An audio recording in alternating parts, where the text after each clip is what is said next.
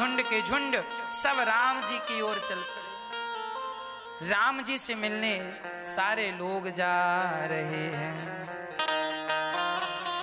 और यहाँ माता, यहाँ श्री भरत जी चल रहे हैं सारे लोगों को लेकर। और वहाँ चित्रकूट में माता सीता ने सपना देखा कि उनकी सासू माँ आई हैं, उनके अपने लोग आए हैं। ऐसा सपना देखकर सवेरे राम जी को सुनाया। राम जी ने कहा, हो सकता है कि आए हो, तुम्हारा सपना हो सकता सच हो जाए। तभी लक्ष्मण जी दौड़े दौड़े आए। भैया भैया भैया, क्या हुआ लक्ष्मण? देखो नागिन का बेटा नाग ही निकला। अच्छा, किस नागिन और किस नाग की बात कर रहे हो? वो भूल गए आप भूल जाइए। मैं लक्ष्मण कभी नहीं भूलने वाला कि मेरी उस माँ ने क्या किया है आपके साथ। अरे लक्ष्मण, तुम्हें क्या हो गया? कल तक तो तुम अच्छे थे, आज क्या तुम बोलने जा रहे हो? लक्ष्मण जी ने कहा, कैकई का बेटा वो भी कैकई जैसा निकला, सारी सेना को लेकर आ रहा है, इसीलिए कि तुम्हें मार देगा, हमें मार देगा, और 14 साल बाद जाने की समस्या खत्म, सदा के लिए राजा बनेगा।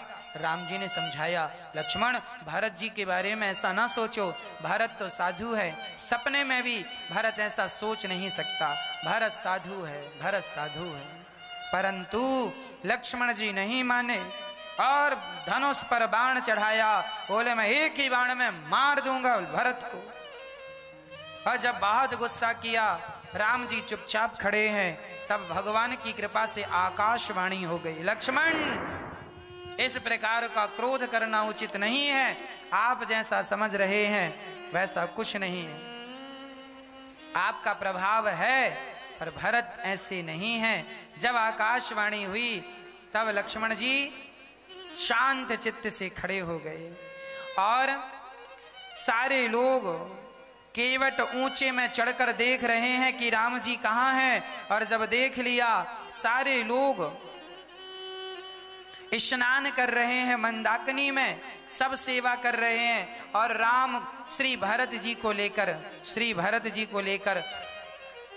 निषाद राज और केवट चल पड़े। और जहां राम जी कुटिया से बाहर निकलकर राम जी अपने भाई का इंतजार कर रहे थे, और वहां श्री भरत जी बस राम के लिए मिल जाओ राम तरस रही अखियां, मिल जाओ राम तरस रही अखियां, मिल जाओ राम तरस रही अखियां। जब राम जी को मिलने को आंखें तरसने लगी तो उसी क्षण साक्षात मन मथा। जब भरत जी के अंदर प्रबल उत्कंठा हुई भगवान से मिलने की, तब भगवान के सामने जैसी भरत जी पहुंचे, सामने राम जी खड़े और यहाँ भरत जी खड़े। और भरत जी की दृष्टि राम पर पड़ी, राम के स्वरूप पर पड़ी, आंखों में पानी आ गया और राम जी के चरणों में भरत जी गिर गए। पाहि नाथ कहीं पाहि गोसाई, भूतल परे लकुट कीना।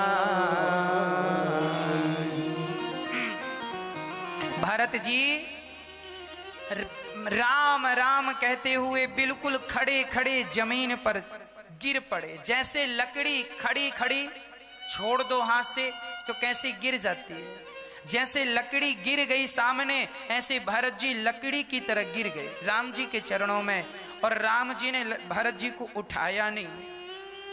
राम जी लक्ष्मण की तरफ देखने लगे। लक्ष्मण, तुम्हें इस भरत पर बड़ा संदेह था ना, देख लो तुम जैसा सोच रहे थे वैसा नहीं है। मुझे विश्वास है कि मेरा भाई भरत कभी ऐसा विचार नहीं रख सकता अपने भाई के प्रति। अरे भारत जैसे भाइयों के मन में भी यदि कपट आने लगा तो आने वाला युग किन भाइयों की उपमा देगा। आज भाई भाई की उपमा, रावण और विभीषण की उपमा तो कोई नहीं देता। आज हमेशा यही कहते हैं, भाई हो तो भरत जैसा हो, भाई हो तो विभीषण जैसा हो, ऐसा कोई नहीं कहता। राम उठाए नहीं। जब लक्ष्मण जी ने कहा कि प्रभु स्वीकार कर लीजिए लक्ष्मण जी समझ गए मैंने गलती कर दी, एक भक्त का अपमान कर दिया। राम जी भी बोले जब तक तुम नहीं कहोगे मैं उठाऊंगा नहीं। राम जी के परम भक्त लक्ष्मण जी हैं और भगवान सदा भक्तों के अधीन है। अहम भक्त पराधीन।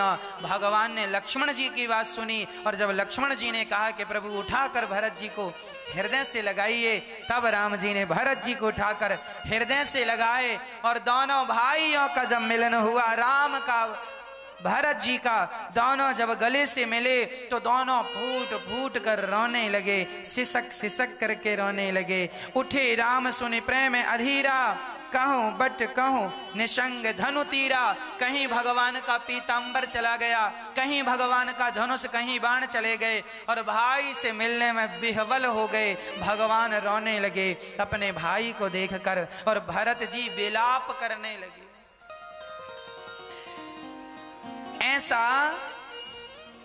ऐसा भाव, भैया की हालत देखकर बालों की जटाएं बन चुकी हैं, ऐसे कपड़े देखकर भरत जी रोने लगे। मैं अपराधी हूं प्रभु, मैं अपराधी हूं। राम बार बार हृदय से लगाते हैं। तब तक लक्ष्मण जी ने सूचना दी कि प्रभु केवल भरत नहीं, सारा समाज पधारा है, सारा समाज आया है, सारा समाज आया है। उसी क्षण राम जी ने देखा सब लोग आ गए। कौशल्या माँ, सुमित्रा माँ, कैकेयी माँ, गुरु जी, प्रजा, बच्चे सब आए। केवट, निषाद, सुमंत्र सब आए, सब लोग खड़े हैं। अब विचार करो, राम के सामने 3 माताएं खड़ी हैं, कैकेयी, सुमित्रा और कौशल्या। अब बताओ राम जी किसे प्रणाम पहले करें? जिस माँ ने जन्म दिया है क्या उसे प्रणाम करें, या जिस माँ ने लक्ष्मण जैसा बेटा जन्म दिया जो मेरे साथ सुख दुख में संग है उसे प्रणाम करें, या फिर उस माँ को प्रणाम करें जिसने घर से निकाल दिया? पर भगवान ना भगवान है मैया। भगवान राम पहले अपनी माँ कौशल्या से नहीं मिलते, पहले अपनी सुमित्रा माता से नहीं मिलते, पहले प्रथम राम भेंटी कैकेयी, पहले राम अपनी माँ कैकेयी के पांव लगते हैं, पांव छूते हैं, पांव में दंडवत करते हैं। और कैकेयी ने उठाकर राम को हृदय से लगा लिया। राम मैं बड़ी अपराधीन हूं, तुम जो सजा देना चाहो मुझे दो। क्या हो गया था मुझे कि मैंने अपने मुख से तुम्हारे लिए कितने कठोर शब्द कहे। ये जो माता कैकेयी है ना, बहुत दुखी हैं, बहुत पश्चाताप कर रही हैं, बहुत पश्चाताप कर रही हैं। मैं आपसे एक बात कहूं मैया, किसी को कठोर शब्द आप कह दें और बाद में आप पश्चाताप करें, ये ठीक है कि पश्चाताप हो रहा है, पर प्रार्थना यही मेरी आपसे कि किसी को अपने द्वारा उसका दिल ना दुखाएं, ऐसे वचन ना कहें, ऐसे शब्द ना कहें कि वह दुखी हो जाए। और कैकेयी माँ, ये कैकेयी माँ पूर्व, ये कैकेयी माँ ने राम से क्या वरदान मांगा जानते हैं? कैकेयी माँ ने कहा राम मुझे माफ कर दो। मैं कैसे? राम जी ने कहा माँ आप ऐसा क्यों कह रही हैं, आपकी क्या गलती है? जो होना था वो हो गया, बन जाना ही था। दोष राम जी कह रहे हैं, वही लोग कैकेयी को दोष देंगे जो शास्त्रों को ठीक ठीक समझते नहीं है। सच्ची बात तो यह थी कि राम के वनवास जाने में कैकेयी का हाथ नहीं था, राम के वनवास जाने में स्वयं राम जी का हाथ था। जिनकी मर्जी के बिना पत्ता ना हिले उन्हें वनवास कौन भेजे? एक छोटी सी कथा मिलती है कि जब राम जी छोटे से थे ना, तब माता कैकेयी के नेत्र बंद कर लिए। अच्छा भक्तों, कथा टीवी से कट जाएगी, आगे कैकेयी माँ ने भगवान से क्या मांगा और वो कौन सी कथा है जिस कथा को माता कैकेयी कह रही हैं, और क्या कहा था? कैकेयी दोषी नहीं है, राम के वनवास जाने में राम जी ही कारण है। 14 साल का ही वनवास क्यों दिया कैकई ने, ये प्रश्न का उत्तर भी मैं आपको देने वाला हूं। कथा टीवी से कट जाएगी तो आप अपने मोबाइल पर अनिरुद्धाचार्य जी यूट्यूब पर डालिएगा। यूट्यूब पर अनिरुद्धाचार्य जी डालेंगे तो आगे की शेष कथा आपके टीवी पर नहीं मोबाइल पर होगी। राम जी से कैसे भरत जी मिल रहे हैं और राम जी से कैसे कह रहे हैं कि हमें अयोध्या आप चलो, हम जीवन भर रहेंगे। टीवी से कथा कट जाए तो आप मोबाइल यूट्यूब पर सुनिएगा। अभी कथा थोड़ी सी शेष है। मैं इस प्रसंग को, ये भरत प्रसंग है, जो इस प्रसंग को संपूर्ण सुनता है उसके हृदय में भगवत प्रेम निश्चित प्रकट हो जाता है। इसीलिए ये भरत प्रसंग यदि टीवी से कट जाए तो यूट्यूब पर अनिरुद्धाचार्य जी डालकर आप सुनिएगा और चैनल को सब्सक्राइब जरूर कर लीजिएगा। रात को ठीक 8 बजे आपके प्रश्नों का उत्तर लेकर के हम प्रश्नोत्तरी भी लेकर आते हैं। जो कथाओं में आप सुनते हैं, यदि कथाओं में कोई संदेह रह जाए आपको तो रात के 8 बजे हम रोज आपको प्रश्नोत्तरी के माध्यम से आपके प्रश्नों का उत्तर देते हैं। कोई संदेह रह जाए तो पूछ लीजिएगा, उसका समाधान हो जाएगा। हाँ, जब राम जी छोटे थे तो एक बार राम जी ने कैकेयी माँ के नेत्र बंद कर लिए। राम जी ने कहा, माँ आज मैं आपसे कुछ मांगना चाहता हूं। कैकेयी ने कहा, बेटा राम मांगो, तुम क्या चाहते हो? तब कहा, माँ मैं एक ही चीज चाहता हूं, मैं एक ही चीज चाहता हूं। हाँ बेटा, जब मैं राजा बनने लगूं ना माँ तो मुझे वनवास भेज देना। राम जी ने ये नहीं कहा कि मुझे 2 साल के लिए, 10 साल के लिए, 50 साल के लिए वनवास ना। राम जी ने ये कहा, मुझे वनवास भेज देना। कैकेयी माँ ने कहा कि मैं वनवास तुम्हें क्यों भेजूं? राम, क्या मैं तुम्हारे बिना एक पल रह जाऊंगी? क्या तुम्हें वनवास भेजकर मैं सुखी रहूंगी? क्या मैं तुम्हारे बिना जी पाऊंगी? तब राम ने आंख बंद किए हैं। कैकेयी माँ की कह रहे हैं, माँ मुझे वचन दो, जब तक वचन नहीं दोगी मैं आंख नहीं खोलूंगा। तब कैकेयी ने राम से कहा, बेटा ये तो बताओ कि तुम वनवास जाना क्यों चाहते हो? माँ, मैं इस धरती पर भक्तों को सुख देने के लिए मैंने अवतार लिया है। वनवास नहीं जाऊंगा तो मुझे लोग नहीं जानेंगे। राम जी वनवास जब गए तो केवल राम जी वनवास गए और 14 साल में माता कैकेयी के कारण राम जी 14 साल में तप करके राम जी वापस नहीं आए। मर्यादा पुरुषोत्तम भगवान बन करके वो राम भगवान बन करके वापस आए। राम को भगवान बनाने में सबसे ज्यादा किसी का हाथ था तो कैकेयी माता का हाथ था। इसीलिए दोष ना देना कैकेयी को। कैकेयी माँ ने राम को वनवास ना भेजा होता, राम जी ने ही कहा था कि माँ मुझे वनवास भेज देना। जब अच्छा फिर 14 साल का ही वनवास क्यों मांगा? 15 साल का भी तो माँ कह सकती थी कि वनवास दो, 16 साल का भी तो वनवास मांग सकती थी। कारण यही है कि 14 साल का वनवास इसीलिए कि जब पिता राम को राजा बनाने लगे तो बेटा मुझे वनवास, राम जी ने कहा मां वनवास भेज देना। तो कैकेयी ने 14 साल के लिए क्यों?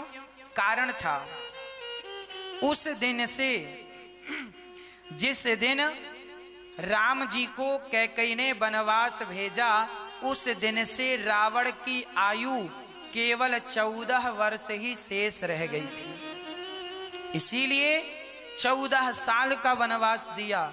और राम जी को वनवास जाने का एक दूसरा सबसे बड़ा कारण भी था कि अयोध्या का जो राज मुकुट था वो बाली के पास था। एक बार दशरथ जी अपनी कैकेयी को लेकर अर्थात पत्नी को लेकर जा रहे थे, रास्ते में बाली आ गया और बाली ने कहा, दशरथ जी हमसे युद्ध करो या तो अपना सिंहासन हमें दे दो, राज्य हमें दे दो। दशरथ जी जानते थे कि बाली से युद्ध करना मतलब हार जाना। तब राजा दशरथ जी ने अपने सिर का मुकुट उतार कर और बाली के कदमों में रख दिया। ये बात केवल कैकेयी को पता थी। इसीलिए कैकेयी माता ने कहा, दशरथ जी ने वैसा ही नकली मुकुट बनवा करके पहन लिया।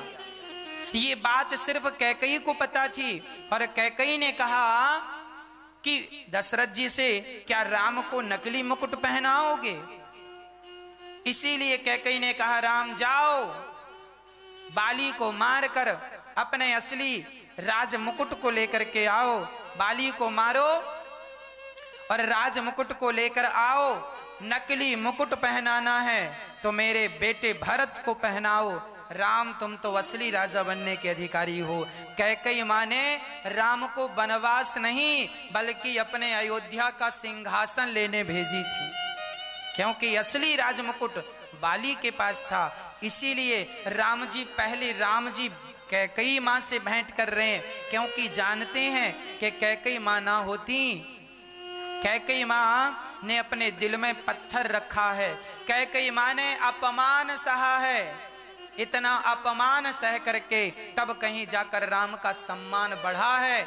अरे किसी की सफलता में किसी की विफलता भी होती है। यदि राम सफल हुए हैं तो राम की सफलता में कैकेयी का हाथ था। भले कैकेयी ने अपना अपयश बनाया, भले कैकेयी को लोग गालियां दे रहे हैं, पर कोई बात नहीं, मुझे गालियां दो और मुझे गालियां देने के कारण यदि मेरे राम की जय जयकार होती है तो मैं गालियां खाने को तैयार हूं, क्योंकि मुझे गालियां मिलेंगी, कम से कम मुझे गालियां मिलकर मेरे राम की तो जय जयकार हो जाएगी। इसीलिए राम जी को कैकेयी ने 14 साल का वनवास दिया। इसीलिए कैकेयी मां को राम जी पहले भेंट करते हैं। प्रथम राम भेंटी कैकेयी और राम जी, इसके बाद अपनी मां कौशल्या, अपनी मां सुमित्रा से भेंट करते हैं। और यहाँ लिखा है कि माता सीता की सासें इतनी सारी थीं, इतनी सासें। आपको पता है वाल्मीकि रामायण के अनुसार दशरथ जी की ये 3 पत्नियां तो प्रधान थी, कौशल्या, सुमित्रा, कैकेयी। इसके अतिरिक्त 700 पत्नियां और थीं दशरथ जी की, मतलब राम जी की 700 माताएं और थीं।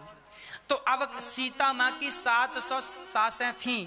अब 700 सासों में किसको पहले प्रणाम करे? जिसको पहले प्रणाम करे वो तो खुश, बाद में करे तो वो मुंह बनाए। इसीलिए कैकेयी मां ने अपने आप को, आज उन्होंने अपनी शक्ति प्रकट की और जितनी सासें थीं उतनी सीता प्रकट हो गई और हर सास को एक साथ सीता मां ने प्रणाम किया। सबको यही लगा कि सीता सबसे पहले मुझे प्रणाम करने आई। इस मर्म को कोई जान ना सका। वो साक्षात लक्ष्मी है, साक्षात भगवती हैं। उन्होंने एक साथ सारी माताओं को प्रणाम किया, सबसे भेंट करती हैं और राम जी भी सबसे भेंट करते हैं। राम जी भी अनेक रूपाय विष्णवे प्रभु विष्णवे, वह एक नहीं अनेक रूपों में परिणत हो गए। और वहां अब सभा लगी है जहां पर गुरु जी ने दशरथ जी के मरण का संदेशा सुनाया है। सुनकर राम जी बहुत रोए हैं। राम राम, मेरे पिता किस प्रकार मेरे वियोग में चले गए।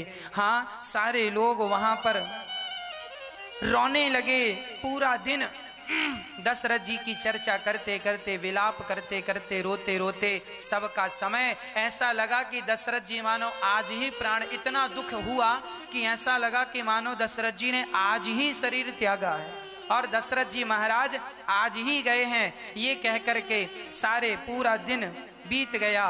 दूसरे दिन फिर सभा लगी और वहां पर अब भरत जी खड़े होकर कह रहे हैं। वहां जनक जी भी आए हैं, है ना, जनक जी भी बैठे हैं, सीता के पिता, माता सीता के पिता। और भरत जी कह रहे हैं कि प्रभु राम जी, मैं जीवन भर वनवास में रहने को तैयार हूं, जीवन भर मैं जंगल में रहने को तैयार हूं। आप जरा एक बार अयोध्या चलकर राजगद्दी संभाल लीजिए। मैं, भरत जी कह रहे हैं जीवन भर। अच्छा, भरत जी ने ये नहीं कहा कि मैं 14 साल रहूंगा ना, मैं जीवन भर। क्यों 14 साल नहीं कहा? भरत जी को लगा यदि मैं 14 साल बाद फिर लौट कर चला गया, कहीं मेरी माँ को फिर लोभ आ गया, फिर राम जी को वन, इसीलिए मैं अब अयोध्या जाऊंगा ही नहीं, कहीं मेरी माँ को फिर लोभ ना आ जाए। तो भरत जी कह रहे हैं मैं जीवन भर जंगल रहूंगा आपके बदले। और आप जाकर, तब राम जी ने कहा भैया भरत, यदि मैं तुमको जंगल में छोड़कर राजा बन जाऊं तो क्या पिता के वचनों की मर्यादा का पालन होगा? फिर जमाना कहेगा कि राम जी ने भी तो पिताजी की बात को तोड़ दिया, राम जी ने भी तो पिताजी की बात को छोड़ दिया। जब हम जैसे लोग माता पिता की आज्ञा को उल्लंघन करेंगे तो आने वाले युग में भला कौन अपने माँ बाप की आज्ञा का पालन करेगा? भारत तुम ही बताओ, क्या पिता की आज्ञा का उल्लंघन करना उचित होगा? 14 साल तो जैसे तैसे बीत जाएंगे, पर आने वाले 1000 युगों तक लोग कहेंगे कि राम जी ने अपने पिता की आज्ञा मरने के बाद उनकी प्रतिज्ञा को तोड़ दिया। क्या भारत ये सही होगा? पिता के मरने के बाद उनके नाम पर कलंक लगेगा, क्या ये उचित होगा? तब भरत जी चुप हो गए और कोई उत्तर ना दे सके। अंत में सब लोग साधु साधु कहकर बुलाने लगे और अंत में यही निर्णय हुआ कि राम जी अब कह रहे हैं, देख लो, यदि आप सब कहो कि मुझे जाना चाहिए तो मैं चलने को तैयार हूं, पर यह याद रखना आने वाला युग ना तो हमें माफ करेगा ना तो हमारे पिता को माफ करेगा।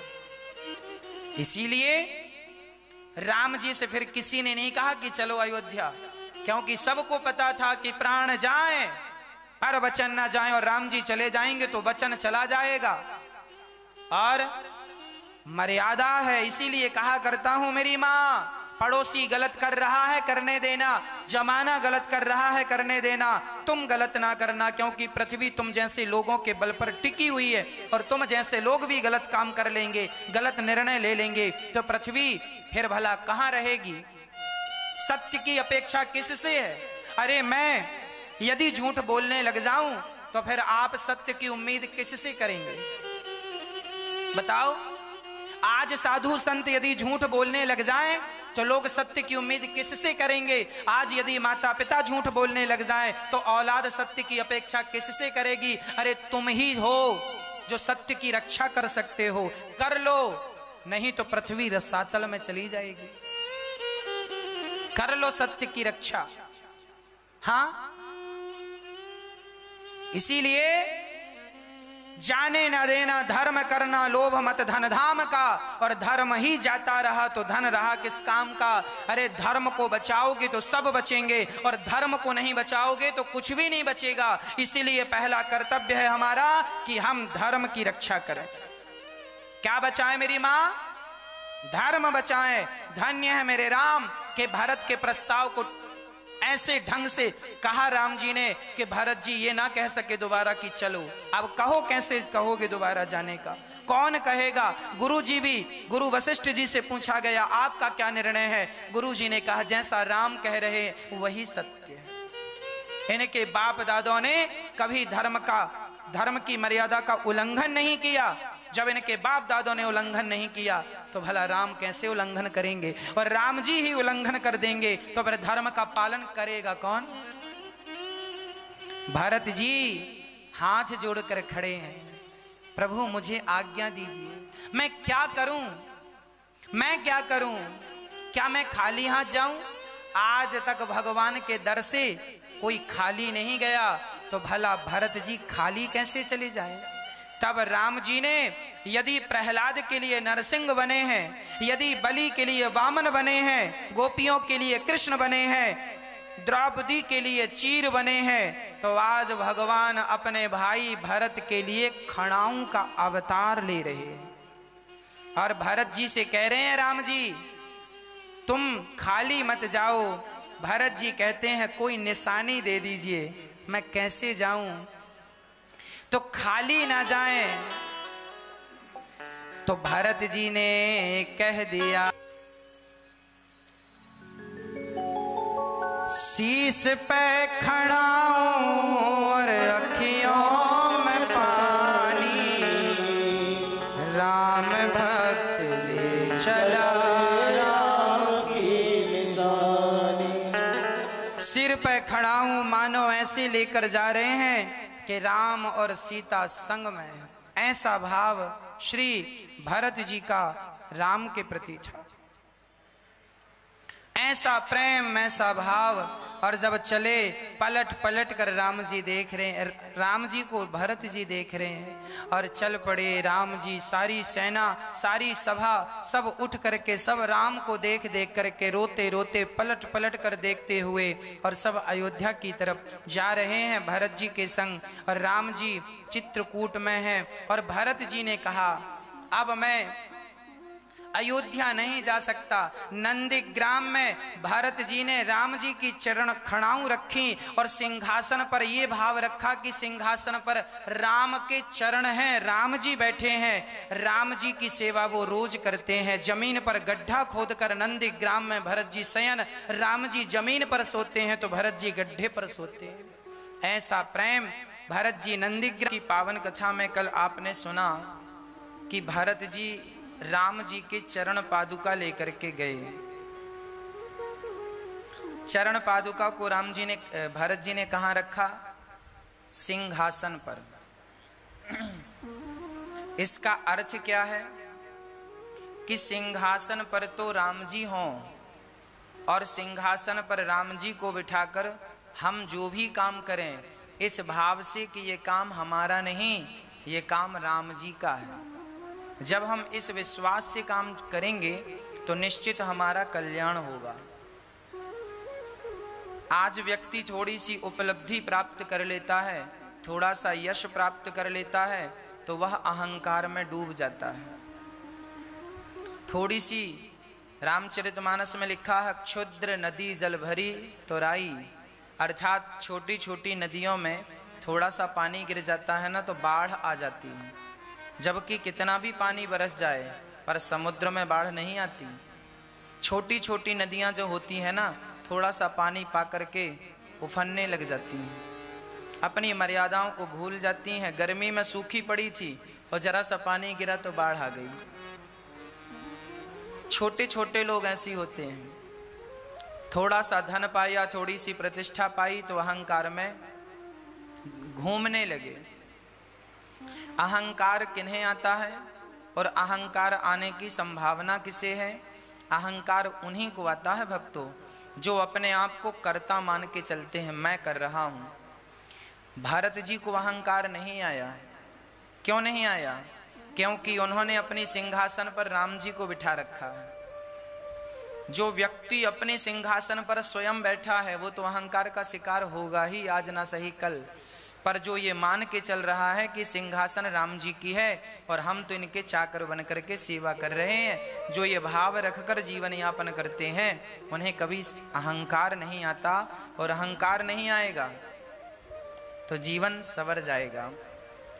अहंकार की बात चली तो रामचरितमानस के अरण्य कांड में अब हम प्रवेश कर रहे हैं। भरत जी राम जी की पादुका लेकर गए।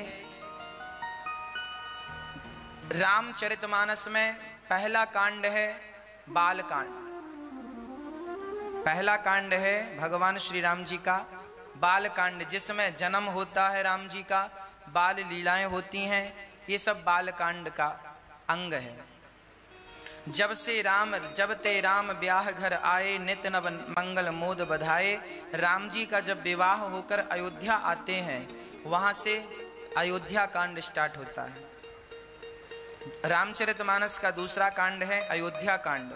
अयोध्या में जितनी भी लीलाएं हुई, राम जी का विवाह जब होकर आया, दशरथ जी का विचार हुआ कि राम को राजा बनाए, मंथरा के द्वारा कैकेयी का भड़काना, और भरत जी राम का दर्शन करने चित्रकूट आए और खड़ाऊं लेकर जब तक नहीं गए तब तक अयोध्या कांड ही चलता रहा। और जब अयोध्या लौटकर भरत जी वापस गए तो राम जी श्री भरत जी जब नंदीग्राम में रहने लग गए, उसके बाद से अरण्य कांड स्टार्ट हुआ।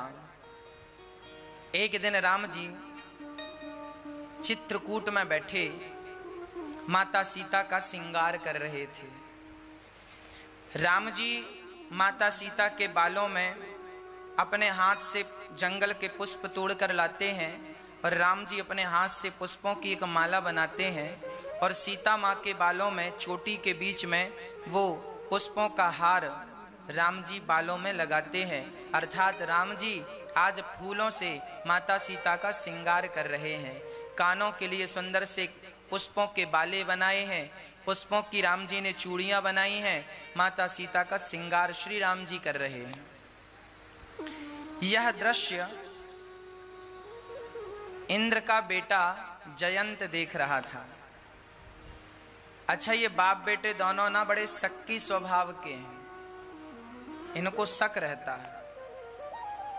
ये जो इंद्र है ना, ये भगवान कृष्ण की परीक्षा लेने आए कि देखें तो सही ये कितने बड़े भगवान हैं। मूसलाधार पानी बरसाया जब भगवान ने गोवर्धन उठाया, तो देखो बाप भी ऐसे ही है, भगवान पर शक कर रहा है, ये कैसे भगवान। और एक ये जैसे ही बाप वैसे ही बेटा। बाप शक्की है तो बेटा भी शक्की स्वभाव का होगा।